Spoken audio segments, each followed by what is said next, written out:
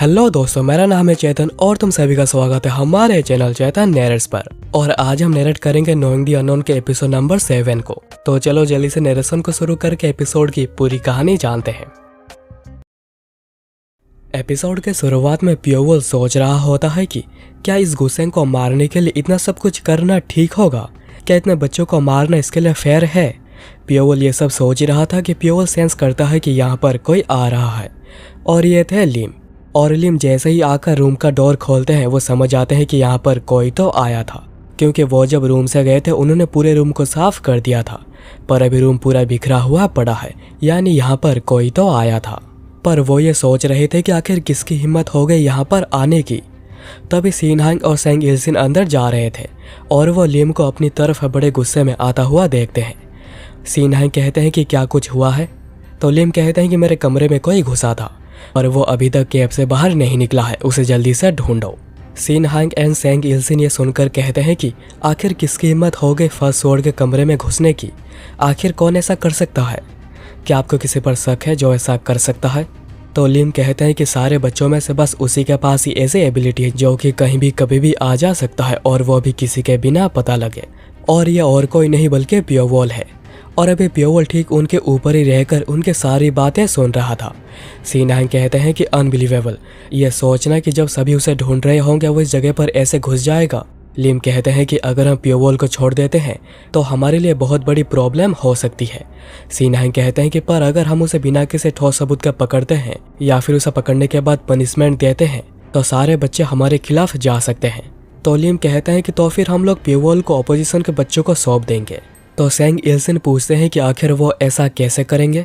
तो लिम कहते हैं कि मैं हेल फ्लूट का इस्तेमाल करूंगा। सेंग इल्सिन ये सुनकर कहते हैं पर हमने तो इसे सबसे आखिर में यूज़ करने को डिसाइड किया था। तो लिम कहते हैं कि हमें कभी ना कभी तो इसका यूज़ करना ही पड़ता। तो अभी समय आ गया है पियोवल और बाकी बच्चों को ये दिखाने का कि आखिर उनका ट्रू ऑनर्स कौन है, आखिर उनकी ज़िंदगी किन के हाथों में है। क्या तुम दोनों इसे यूज़ करने के लिए एग्री करते हो? और दोनों ही इस पर एग्री कर जाते हैं। लिम फिर सबसे ऊंचे जगह पर चढ़ जाते हैं और कहते हैं कि अभी मैं दिखाऊंगा कि आखिर ट्रू हेल क्या होती है। यहाँ पर सोयल और दूसरे बच्चे पियोवल को अभी भी ढूंढ रहे थे। सोयल कहती है कि आखिर वो कहाँ पर जाकर छुपा हुआ है। कुछ बच्चे तो इससे बहुत ही ज़्यादा गुस्सा भी हो गए थे। सोयल सोच रही थी जो बच्चे कह रहे थे कि उनके पास बहुत अच्छी ट्रैकिंग एबिलिटी है, उन्हें भी पियोवल का एक सिंगल ट्रेस तक नहीं मिला है। अगर सेक्टर 1 में भी वो नहीं है और यहाँ पर भी वो नहीं है तो आखिर वो कहाँ पर गया है? तभी उन लोगों का फ्लूट की साउंड सुनाई देने लगती है। सोयल ये सुनकर सोच रही थी कि ये तो किसी इंस्ट्रूमेंट की साउंड है, पर आगे वो कुछ और सोच पाती सभी बच्चे एक एक करके डाउन होने लगते हैं। लीमिन कह रही थी कि आखिर ये सब क्या हो रहा है? ऐसा लग रहा है कि कोई इंसेक्ट मेरे शरीर को खा रहा है। तभी पियोवल लीमिन के सामने आकर कहता है तो उन लोगों ने रेस्ट्रिक्शन को एक्टिवेट कर दी है। और पियोवल सोच रहा था कि साउंड तो बहुत ही ज़्यादा शार्प है जो कि कान के पर्दे को फाड़ सकती है। और ये सभी अभी दर्द में इसलिए है क्योंकि उन लोगों ने रेस्ट्रिक्शन को एक्टिवेट कर दी है। पर इस साउंड से मेरे कान में बहुत थोड़ा सा ही दर्द हो रहा है। पर आखिर मैं ही क्यों जिसे कुछ भी नहीं हो रहा? मुझे इसका बारे में पता लगाना ही पड़ेगा। पियोवल फिर लीमिन के पीठ पर हाथ रखकर सोच रहा था कि इंटरनल एनर्जी फ्यूजन एक डेंजरियस एक्ट है, पर ज़्यादा डेंजरियस होना नहीं चाहिए क्योंकि लीमिन ने अभी थंडर स्प्लिटिंग कल्टीवेशन टेक्निक को सीखी है। पर उसकी इंटरनल एनर्जी में कोई भी प्रॉब्लम नहीं दिख रही। तो फिर उसके और मेरे अंदर डिफरेंस क्या है? सेम खाना, same environment, same martial art, तो आखिर मुझ में अलग क्या है? क्या पॉइजन? अगर इस रेस्ट्रिक्शन का पॉइजन के साथ कुछ लेना देना है तो यह बात सेंस बनाती है कि मैं आखिर ठीक क्यों हूँ। मैंने पॉइजन के खिलाफ एक रेस्ट्रिक्शन हासिल कर ली है, बार बार सांप से खुद को कटवा कर।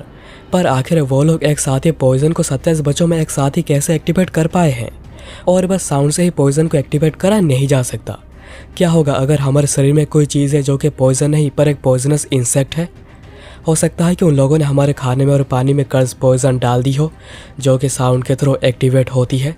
तभी कुछ गार्ड्स वहाँ पर आ जाते हैं और देखते हैं कि यहाँ पर कुछ बच्चे अब बेहोश हो चुके हैं। पियोवल सोच रहा था कि वो तो यहाँ पर भी आ गए हैं, अभी मुझे क्या करना चाहिए? क्या मुझे यहाँ से भाग जाना चाहिए? नहीं, अगर मैं यहाँ से भाग जाता हूँ तो उन्हें पता चल जाएगा कि मुझे पॉइजन से कुछ भी नहीं होता। और जैसे कि मैं पहले से करता आया हूँ मुझे दिखाना होगा कि मैं दूसरे बच्चों के जैसा ही हूँ, मैं भी दूसरे बच्चों की तरह ही हूँ। मुझे भी इससे काफ़ी ज़्यादा दर्द हो रहा है। और वह ज़मीन में गिरकर दर्द में होने का नाटक करने लग जाता है और वह गार्ड्स के नज़र में भी आ जाता है। गार्ड्स कहते हैं तो पियोवल वो यहाँ पर है। तब लिम गुस्से में वहीं पर आ जाते हैं और अपना स्वॉर्ड निकालकर पियोवल के ऊपर हमला करते हैं और अपने स्वॉर्ड को उसके चेस्ट के पास घुसा देते हैं। लिम पूछते हैं कि आखिर तुमने मेरे रूम में क्या देखा है? तुम अभी तक अपने एबिलिटीज को काफी अच्छे से छुपाते हुए आ रहे हो। ऐसा हो ही नहीं सकता है कि तुम्हारे जैसा कोई कमजोर बच्चा बड़ा होते होते इतना ताकतवर और बदतमीज हो जाएगा। तुम्हारे जैसे किसी का मर जाना ही बेहतर होता है। और लिम अपने स्वॉर्ड से उसका गला काटने ही जा रहे थे, पर तभी सीनहांग वहीं पर आकर कहते हैं कि नहीं, रुक जाइए। पियोवल छुपकर अंदर जाने में एक्सपर्ट है और रिक्वेस्ट को पूरा करने के लिए हमें उसकी ज़रूरत पड़ेगी। लिम कहते हैं कि नहीं, बाकी बच्चों से काम चल जाएगा। तो सीनहांग कहते हैं कि मुझे भी पता है और आपको भी पता है, आप जो कह रहे हैं वो सच नहीं है। लिम कहते हैं कि क्या तुम्हें लगता है उसे कंट्रोल कर पाना हमारे लिए आसान होगा? तो सीनहांग कहते हैं कि हमारे पास ये हेल फ्लूट है जिसकी मदद से हम उसे कभी भी मैनिपुलेट कर सकते हैं, क्योंकि आप देख सकते हैं कि वो कर्स पॉइजन के सामने पावरलेस है। और पियोवल का नाटक अभी भी चालू ही था। लिम फिर कहते हैं कि जल्दी से बच्चों को एंटीडोट दे दो, और एंटीडोट देते सारे बच्चे होश में आ जाते हैं और पहले से काफ़ी बेहतर महसूस कर रहे थे। लिम कहते हैं कि यह सब तुम लोगों के साथ पियोवल के वजह से ही हुआ है। अगर उसने हमारे बेस को इन्फ्लिक्टेड करने की कोशिश नहीं करी होती तो ऐसा कुछ भी नहीं होता। अगर तुम में से कभी किसी ने ऐसा कुछ करने की कभी सोची तो याद रखना कि तुम सभी को ऐसा दर्द फिर से सहना पड़ेगा। पियोवल फिर वहाँ से वापस आने के बाद मेडिटेट करते हुए सोच रहा था, उन्हें लगता है कि मैं कर्स पॉइजन के खिलाफ काफ़ी ज़्यादा कमज़ोर हूँ, और जैसा कि मुझे लगा था सांप के जहर ने कर्स पॉइजन के असर को ख़त्म कर दिया है, और मैं बहुत ही ज़्यादा खुश हूँ कि मैं उनके रेस्ट्रिक्शन से बाहर हूँ। तभी हम लीमिन, सोयल और सोग्यो को देखते हैं जो कि पियोवल को ढूंढते हुए सेक्टर 1 आए थे। सोयल कहती है कि मुझे बिलीव नहीं हो रहा है कि वो यहाँ पर अकेला रहता है। हमें समय समय पर रेस्ट करने को दिया जाता है, पर वो हमेशा यहाँ पर अकेले आकर ट्रेनिंग करता रहता है।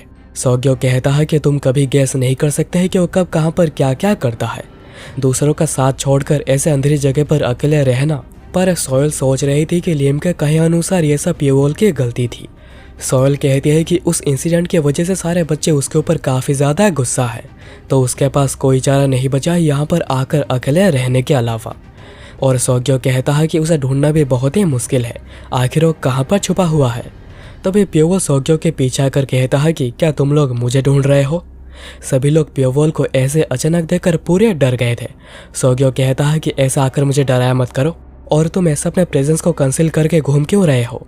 तो पियोवल कहता है कि आखिर बात क्या है, तुम लोग यहाँ पर क्यों आए हो? तो सोयल कहती है कि हमें तुमसे कुछ बात करनी है। तो पियोवल पूछता है कि किस बारे में? तो सोयल बताते हैं कि रेस्ट्रिक्शन के बारे में, वही रेस्ट्रिक्शन जो कि हम सब पर डाला गया था। तुम्हें तो उसके बारे में पता ही होगा, और मैं श्योर हूँ कि तुम वहाँ पर पहले नहीं थे जब हम लोग दर्द के मारे नीचे गिर रहे थे, पर जब हम सभी लोगों को वहाँ पर होश आया तो तुम वहीं पर ही थे। इसका मतलब तुम हमारे पास आए थे रेस्ट्रिक्शन को एक्टिवेट करने के बाद। तो इसका मतलब तुम्हारे ऊपर रेस्ट्रिक्शन का कोई असर नहीं होता, या फिर असर बहुत ही ज़्यादा कम होता है। लीमिन तभी कहते हैं कि जब मैं दर्द के मारे बेहोश हो रही थी मैं उसे कुछ समय तक सह पाई थी, क्योंकि किसी ने मेरे अंदर इंटरनल एनर्जी को इंजेक्ट करी थी। क्या वो तुम थे पियोवल? सोयल कहते हैं कि तुम्हें इसके बारे में सब कुछ पता है, क्यों है ना, जिससे कि हम सभी बंधे हुए हैं। पियोवल कहता है कि हाँ मुझे पता है, मुझे एग्जैक्टली पता है कि आखिर उन लोगों ने हमारे पर कौन सी रेस्ट्रिक्शन डाली है। तो सोयल कहती है कि जल्दी से बताओ कि वो क्या है। तो पियोवल कहता है कि पर मैं क्यों बताऊं, आखिर तुम्हें ये सब बताने से मेरा क्या फ़ायदा होगा। सोग्यो ये सुनकर गुस्सा करता है और कहता है कि क्या तुम अपने कॉमरेड्स को ऐसे ट्रीट करोगे? तो पियोवल कहता है कि कॉमरेड्स कभी एक दूसरे का पीछा नहीं करते इतने एक्साइटेड होकर उन्हें मारने के लिए। तो सोग्यो कहता है कि ठीक है, आज से हम लोग तुम्हारे कॉमरेड्स, और मैं कसम खाता हूँ कि चाहे कुछ भी हो जाए मैं तुम्हें कभी अकेला नहीं छोड़ूंगा और तुम्हें हमेशा ही अपना दोस्त मानूंगा।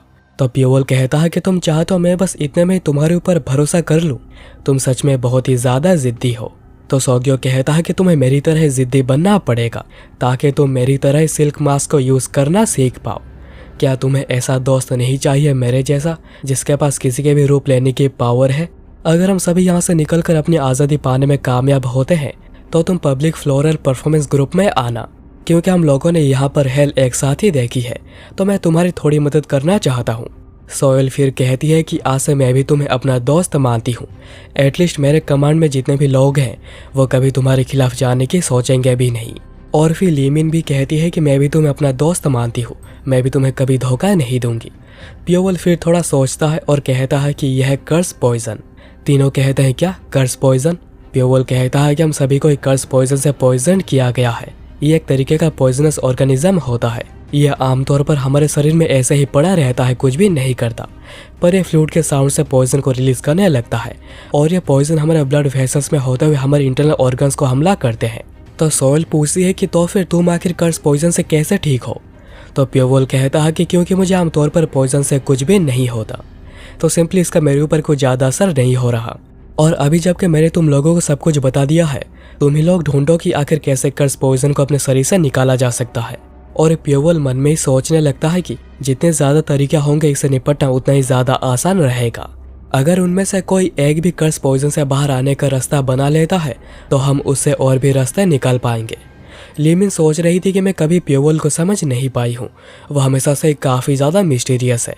सोयल फिर प्योवल को कहती है कि तुम्हारा शुक्रिया, मैं तुम्हारा ये एहसान कभी नहीं भूलूंगी। अगर तुम्हें कभी कुछ चाहिए तो आ जाना या फिर बता देना। चलो हम चलते हैं। और वो दोनों जाने लगते हैं, पर लीमिन खड़ी थी और वो कहती है कि ली सियोलमिन। तो प्योवल पूछता है कि क्या। तो लीमिन कहती है कि यह है मेरा असली नाम ली सियोलमिन और मैं चाहती हूँ कि तुम इसे याद रखो। और ये एपिसोड यहीं पर ही खत्म हो जाती है।